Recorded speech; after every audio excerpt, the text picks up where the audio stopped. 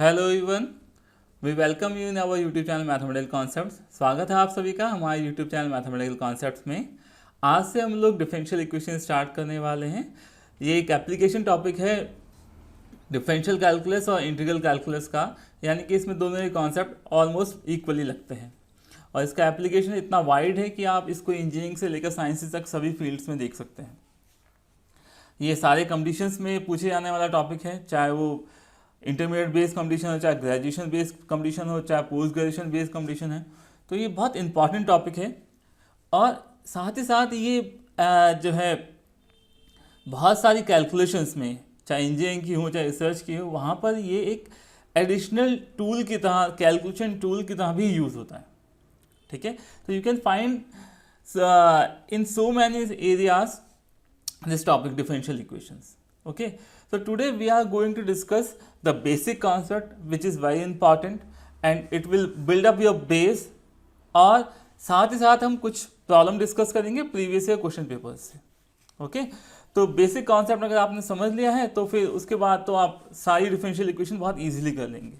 ठीक है, तो हम आपसे आशा करते हैं कि इस लेक्चर को आप अंत तक देखेंगे ताकि आपको पूरा बेसिक कॉन्सेप्ट क्लियर हो और आगे के लेक्चर्स में हम लोग फिर बाकी टॉपिक्स कवर करेंगे। ओके, तो चलिए स्टार्ट करते हैं, देखते हैं आज के लेक्चर में हम लोगों ने क्या क्या रखा है और क्या क्या इंपॉर्टेंस है डिफरेंशियल इक्वेशन की, क्या क्या मीनिंग है इनके। चलिए स्टार्ट करते हैं। ओके, तो पहला जो कॉन्सेप्ट हमने रखा है, पहली जो चीज़ रखी है वो basic idea, what is the basic idea behind the differential equations. तो सबसे पहले you know very well what is the equation. Equation is basically an expression which is having an value. Any expression of this form, suppose that I am considering one variable. So x square plus 2x plus 5. This is an expression. If suppose that this is having an value, suppose that 7. So whenever an expression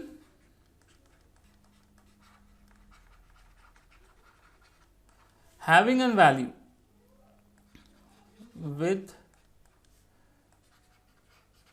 value, कोई भी expression जिसकी कोई value हो सके, जो जिसकी कोई value given हो, वो इक्वेशन होती है। Equation mean something which is in equate with equation sign, with equate sign. Okay, तो इतना आपको याद रखना है। अब देखिए, जो ये इक्वेशन है जिसकी हम बात कर रहे हैं, इस वाली इक्वेशन में अगर आप ध्यान से देखें तो यहाँ पर एक वेरिएबल है। इक्वेशन में दो वेरिएबल भी हो सकते हैं, ये भी हो सकता है कि आपके पास इस तरह का कोई फॉर्मेट हो, इस तरह से भी कुछ हो सकता है, तीन वेरिएबल भी हो सकते हैं, चार वेरिएबल भी हो सकते हैं। Variable is not the issue here. Okay, so यहाँ पर ये वन वेरिएबल और ये टू वेरिएबल इक्वेशन है। अब now what is the differential equation? The equation which involve the derivative. अगर कोई इक्वेशन जो हो, इक्वेशन है विच इन्वॉल्व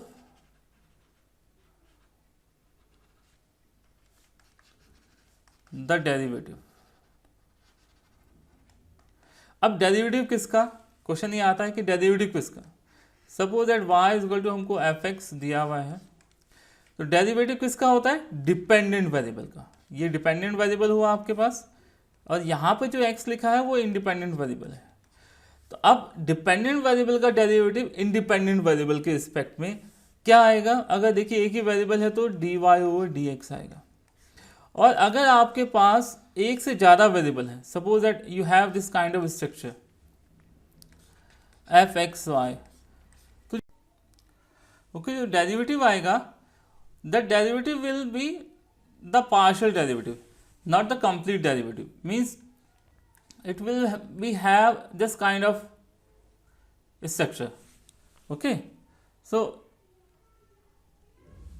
इस तरह का डेरिवेटिव आएगा आपके पास, del Z upon del X और del Z upon del Y. Okay, तो you will have this kind of structure instead of this kind. Okay, we will discuss in next slide completely the partial differential equation also. So whenever any equation having the derivatives as the variable, means इसकी powers भी हो, इसका second order third order भी हो, मतलब कुछ भी हो। यहाँ पर सपोज दैट मैं यहाँ पर टू टाइम डिफरेंशिएशन लेता हूँ, तो इस तरह का जो स्ट्रक्चर है, that structure is known as the differential equation. Okay, so the differential equation is the equation which involve the derivative. They can be the partial derivative, they can be the ordinary derivative. The equation which involve the ordinary derivative means where the dependent variable is the function of only one variable. So we will have this kind of derivative,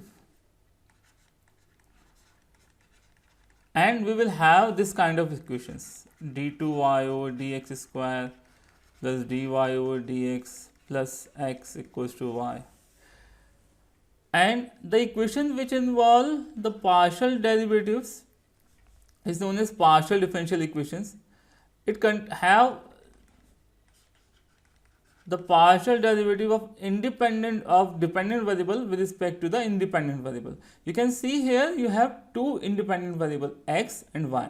So when you differentiate, you will get this kind of partial derivatives. Clear? So this is partial differential equation. Okay. First of all, we will discuss the ordinary differential equation. When it will get completed, then we will discuss the partial differential equation in the upcoming lectures. Okay, तो first partial differential equation देखते हैं और उसके बाद हम लोग ordinary differential equation देखते हैं, फिर हम लोग पार्शियल डिफरेंशियल इक्वेशन पे जाएंगे. अब देखिए, किसी भी काम को करने के लिए, किसी भी चीज़ को करने के लिए आपके पास जो सबसे मेजर चीज़ होती है वो होता है उसका identification. Suppose that you go to visit a doctor. आप डॉक्टर के पास जाते हैं और डॉक्टर सबसे पहला काम जो करता है वो क्या करता है, डायग्नोज करता है. यहाँ पर हम लोग भी एज अ मैथमेटिशियन पहले प्रॉब्लम को डायग्नोज करते हैं. डायग्नोज करने का मतलब यहाँ पे आइडेंटिफिकेशन से ये पहचानना कि डिफरेंशियल इक्वेशन कौन सी है, कैसी है, क्या है. This is known as identification. If you can correctly identify the equation, you can correctly solve it. Okay, you can correctly find out the correct modelling for it. Okay, clear. तो आगे बढ़ते हैं. आइडेंटिफिकेशन में हमारे पास तीन major tool हैं. पहला है order of the differential equation. The order of the highest differential coefficient present in any equation. Suppose that this one is the given equation. Simple. So you can see here you have differentiated 2 times. Here it is differentiated 1 times. यहाँ पर एक बार differentiate हो रखा है dependent variable, यहाँ पर 2 बार हो रखा है. So the higher differential coefficient present in the equation is 2. So the order जो होगा इसका that will be 2. ऑर्डर क्या है, the highest differential coefficient present in the equation. Order is 2. अब ऑर्डर पे कोई रिस्ट्रिक्शन नहीं है, ऑर्डर जितना हाईएस्ट डिफरेंशियल कोएफिशिएंट होगा उतना होगा. बट अगर हम डिग्री की बात करें तो whenever we say the degree, then suppose that if I write this one,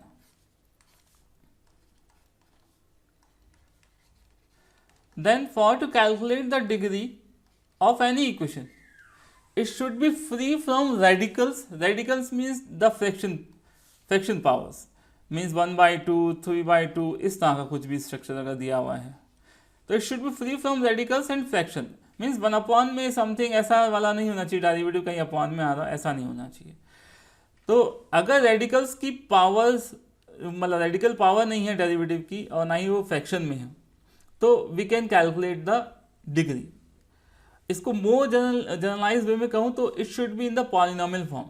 suppose that I wanted to find out the degree of this one, तो first I have to write this one in the form of polynomial. So how we can write it in the form of polynomial, like in this one, take the square of both sides, dy over dx plus x power 2. So in this case the order is 2 and the power of this one is 3. So what we will say, the degree will be 3. तो degree इस case में कितना हो जाएगा, 3. तो देखिए, जब भी आपको डिग्री निकालनी है तो पहले आप हाईएस्ट डिफरेंशियल कोएफिशिएंट देखिए, फिर देखिए कि जो हमको एक्सप्रेशन दिया है क्या वो एक्सप्रेशन जो है पॉलिनोमियल फॉर्म में है या नहीं है। अगर पॉलिनोमियल फॉर्म में है, in that case you can calculate the degree, otherwise you can not calculate the degree. So if it is not in the polynomial form, ये पॉलिनोमियल फॉर्म में नहीं है, तो what we do, we convert this one in the polynomial form. तो आपने polynomial form में convert किया, देन आप देखिए हाईएस्ट डिफरेंशियल कोएफिशिएंट की पावर कितनी है, वो उसकी डिग्री होगी। ओके ओके, मूव ऑन करते हैं। कोएफिशिएंट, तीसरा जो मेजर कंपोनेंट है आइडेंटिफाई करने के लिए इक्वेशन को, वो है कोएफिशिएंट। देखिए अगर कोई इक्वेशन दी है इस तरह से, dy/dx प्लस d2y/dx स्क्वायर, यहाँ पे मैंने x लिख दिया, यहाँ पे मैंने सपोज दैट x स्क्वायर लिख दिया, यहाँ पे मैंने y लिख दिया, और यहाँ पे मैंने x क्यूब लिख दिया। ओके, और यहाँ पे मैंने 4 लिख दिया। तो देखिए इस इक्वेशन में अगर आप ध्यान से देखें, जो इसके कोएफिशिएंट हैं, डेरिवेटिव के कोएफिशिएंट की बात हो रही है यहाँ पे, डेरिवेटिव के जो कोएफिशिएंट्स हैं वो कोएफिशिएंट कैसे हैं, वेरिएबल है।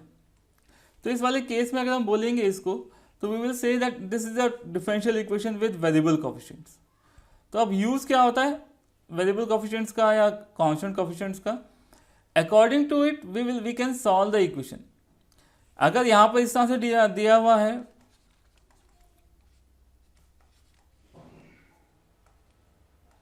एंड सॉरी, तो ये देखिए यहाँ पर जितने भी कोएफिशिएंट देखिए, 1 देखिए, 2 देखिए, फिर यहाँ पे 1 देखिए, ये सारे के सारे कहने कांस्टेंट हैं।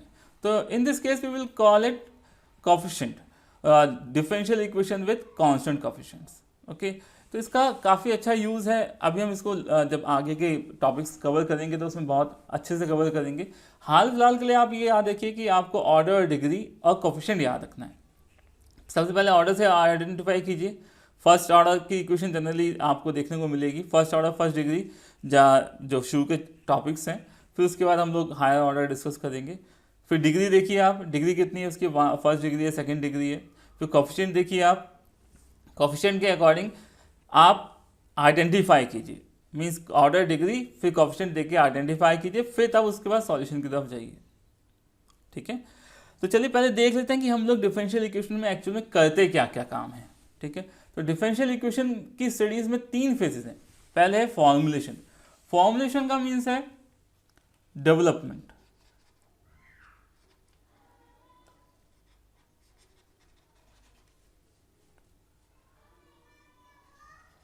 Of differential equation. हम लोग एक डिफरेंशियल इक्वेशन डेवलप करते हैं। कैसे डेवलप करते हैं, जो फिजिकल कंडीशन दी होती है, यानी कि जैसे हमको फिजिकल कंडीशन दी हुई है कि y is equal to mx plus c है। आप इसमें जो है c जो है एक आर्बिट्रेरी कांस्टेंट की तरह है, आप इसकी डिफरेंशियल इक्वेशन डेवलप कीजिए, या m आर्बिट्रेरी कांस्टेंट की तरह है, आप इसकी डिफरेंशियल इक्वेशन डेवलप कीजिए। ओके, तो ये क्या हुआ, फॉर्मुलेशन हुआ। या हमको जैसे न्यूटन्स का लॉ दिया कि न्यूटन्स लॉ ऑफ कूलिंग, आपको पता है कि जो temperature, rate of change of temperature होगा टाइम के साथ, वो करंट टेम्परेचर के प्रोपोर्शनल होता है। तो अगर इसकी डिफरेंशियल इक्वेशन डेवलप करनी है हमको, तो हम इसको इस तरह से लिखेंगे, और ये जो फंडा है, this funda is known as formulation. Okay, तो पहला जो काम हुआ फॉर्मुलेशन हुआ। सबसे पहला काम हम लोग क्या करते हैं, फॉर्मुलेट करते हैं इक्वेशन को from the given physical condition, physical situation, geometric condition, जो भी उसने हमको दी हो। उसके बाद जो सेकंड काम जो हम लोग करते हैं, जो हमारे पास ये आ गया, इससे सॉल्यूशन कैलकुलेट करने की कोशिश करते हैं। कैसे सॉल्यूशन कैलकुलेट करेंगे हम इससे, हम क्या करेंगे, इसको, ये डिफरेंशियल फॉर्म में है, डिफरेंशियल फॉर्म को हम लोग क्या करते हैं, इंटीग्रेट करते हैं। इंटीग्रेट करके इसमें से क्या करते हैं हम लोग, जो डिपेंडेंट वेरिएबल होता है उसकी वैल्यू निकालते हैं इन terms of independent variable. Solution का मतलब मैं आपको बहुत प्रैक्टिकल वे में बताता हूं। To get the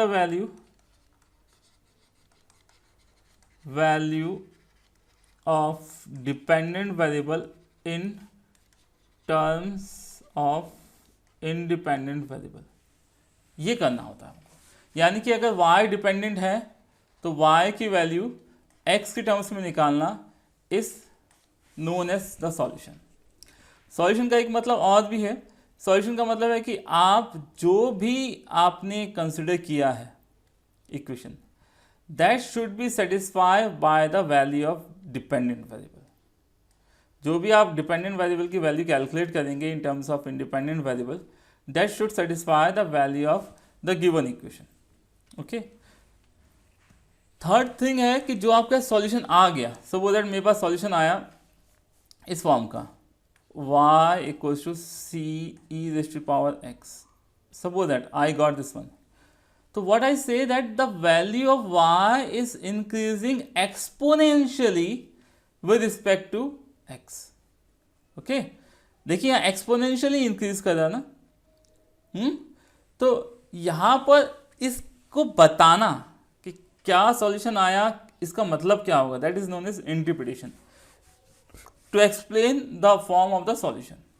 Okay, so this is known as interpretation. Clear? चलिए आगे बढ़ते हैं। अब हमने कुछ क्वेश्चंस रखे हैं इस टॉपिक में। तो हमने सिर्फ जो है ऑर्डर डिग्री निकालने के लिए रखा है, क्योंकि आप अगर करेक्टली आइडेंटिफाई कर पाएंगे तो आप जो है पूरा करेक्टली सॉल्व कर पाएंगे आगे। नेक्स्ट वाले टॉपिक में हम लोग फॉर्मुलेशन करेंगे और उसके बाद आगे डिस्कस करेंगे। तो पहला है देखिए order and the degree of the differential equation. तो देखिए मैंने आपको पहले भी बताया जो ऑर्डर और डिग्री निकालना है, अगर आपको order means the highest differential coefficient present in the equation. तो हाईएस्ट डिफरेंशियल कोएफिशिएंट प्रेजेंट कितना है यहाँ पर देखिए आप सेकंड ऑर्डर का, यहाँ पर अगर आप ध्यान से देखें मैक्सिमम 2 बार डिफरेंशिएट हो रखा है। तो 2 बार डिफरेंशिएट हो रखा है तो इसका ऑर्डर कितना हो गया, इसका मतलब 2। अब ऑलरेडी देखें अगर आप, तो ऑलरेडी ये पॉलिनोमियल फॉर्म में है, तो we need not to worry about the concept of the degree. तो यहाँ पर इसकी पावर है वो देख लेते हैं। तो पावर देखेंगे आप तो पावर आ रही 2, तो इसका ना डिग्री कितना हो गया इसका, वो भी 2 हो गया। क्लियर? चलिए आगे बढ़ते हैं। अब यहाँ देखिए, यहाँ पे वो ऑर्डर डिग्री कहे अगर आपको निकालने के लिए, तो आप देखेंगे यहाँ पर जो डिग्री है उसके लिए यहाँ पर ये पॉलिनोमियल फॉर्म में नहीं है। तो हम लोग क्या करते हैं, सबसे पहले इसको पॉलिनोमियल फॉर्म में कन्वर्ट कर देते हैं। कैसे? आप दोनों तरफ इसका स्क्वायर कर दीजिए।